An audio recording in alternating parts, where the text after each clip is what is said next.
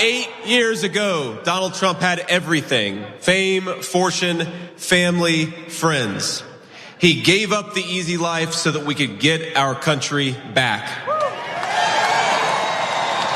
He traded everything he had for unjust persecution, for slander and scorn from the fake news, all for this country, for you and me. They couldn't beat him politically, so they tried to bankrupt him. They failed at that, so they tried to impeach him. They failed at that, so they tried to put him in prison. They even tried to kill him.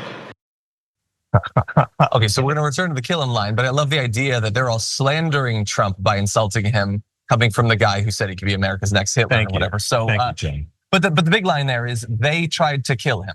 The Democrats tried to kill him. He's being vague because he wants the conspiracists that are watching that to think that Joe Biden was like, he was there ready to take the shot or something. You're right. Now, if you were to pressure him, he'd imply, no, I'm not saying that they tried to kill him, even though that's literally what I said. I just mean that their rhetoric inspired the person to try to kill him. As if Chuck Schumer's bold talk is what gets a conservative Republican to grab an AR-15 and try to take out Donald Trump. It's a weird theory, but he's spreading it. The only living people who tried to keep that gun from going into that kid's hands are Democrats. Yeah. Ronald Reagan and Gerald Ford tried to keep that gun from going into that kid's hands. But this was a Republican person with a Republican gun taking a shot at a Republican politician. The Republican gun is something Democrats have been trying to keep mentally unstable 20-somethings from having access to, because emotionally unstable 20-something males shouldn't have access to machines designed to kill lots of people really fast. Now, I'm all for AR-15s for women. I'm sorry, but I think women can have all the capacity in a magazine they want. Women have demonstrated they are the only gender we can trust with firearms in this society. So I'm not in favor of an AR-15 ban, just for Y chromosome. Men can't have it. We've shown that already. A storm is tearing up the digital media industry. Only our audience can save us in these difficult times. Help us reach our goal of 100,000 new members at tyt.com/team. Baby man told so many lies right there, and you're right. This is Minister of Propaganda time.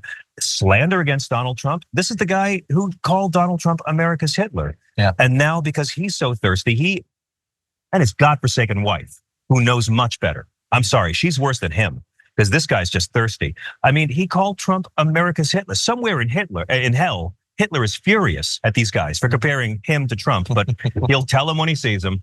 And enjoy JD Vance while you can, folks, because you'll be a lobbyist in 10 years. Oh God, it's so true. And I love the idea that, he gave up all of his fortune and his friends and his family. No, he gave it all up for you. Yeah, he did lose all those things. I will give him that. He lost those things because he did a bunch of crimes, had a lot of back paying to do, and he's a horrible husband and father. So he's got no friends. Like, yeah, hell yeah, I want to vote for the guy with no friends or money or family. He's a great guy. Yeah, by the way, JD Vance, he didn't give up his family. You know that his family could go on the road with him. Like, his wife could travel with him. I've been on a plane with my wife. It's not actually illegal. If she wanted to, she could. She just doesn't want to. Isn't it strange seeing 3 presidential spouses get up in one convention and talk about how awesome their partners are when Donald Trump couldn't manage one? Look, next year, you're voting on a reality show, okay? This is America, let's be honest. We're voting on what we want to watch for the next 4 years. We can either watch this exciting new shiny show with Kamala and cool coach dad, or you can vote to have Donald Trump either go to the White House or the courthouse, because he's running to stay out of jail. This guy, by the way, had secret Chinese bank account on the Chinese payroll while serving as president. Can you imagine if Barack Obama had done anything like that? We are voting this November to see if we want Donald Trump to go back for a crappy rerun to see a show we've already seen, or to have Donald Trump star in 3 brand new bingeable true crime courtroom miniseries. Can you imagine, while Kamala Harris is president and not giving Alaska back to Russia, we're gonna be Netflixing and chilling with Donald Trump's trials all year. Because Aileen Cannon, the classified documents are coming back. That's exciting. I go on stage, deliver that.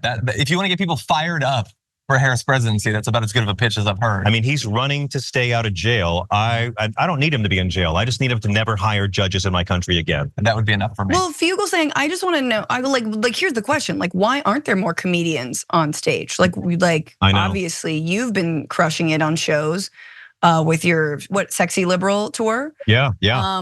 But like, why are they afraid? Or like, are we too real? Of course. Well, I mean, they'll take celebrity comedians. They'll do that. I mean, Keenan was on stage last night. We just had a big show here on Saturday night with the Sexy Liberal tour. That was a pay-per-view. You can actually buy it. And we had Governor J.B. Pritzker and Jamie Harrison and Mark Hamill and Jan Schakowsky all join us on stage. It was such a party. But they should have more comedians because here's the deal: laughter, comedy is the most effective delivery system for truth.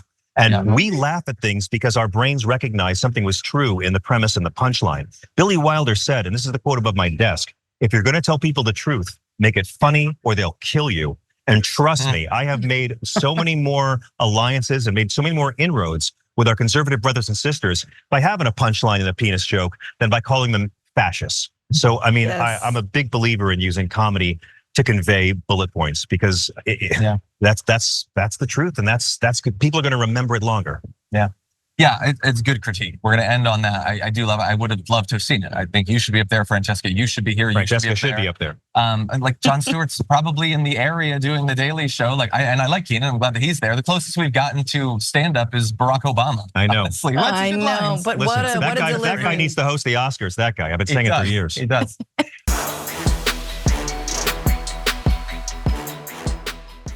Thanks for watching our video. Did you know that you can support our show by becoming a subscriber? Just click the subscribe button and also ring the bell so that you get notifications when we're live or when we post new content.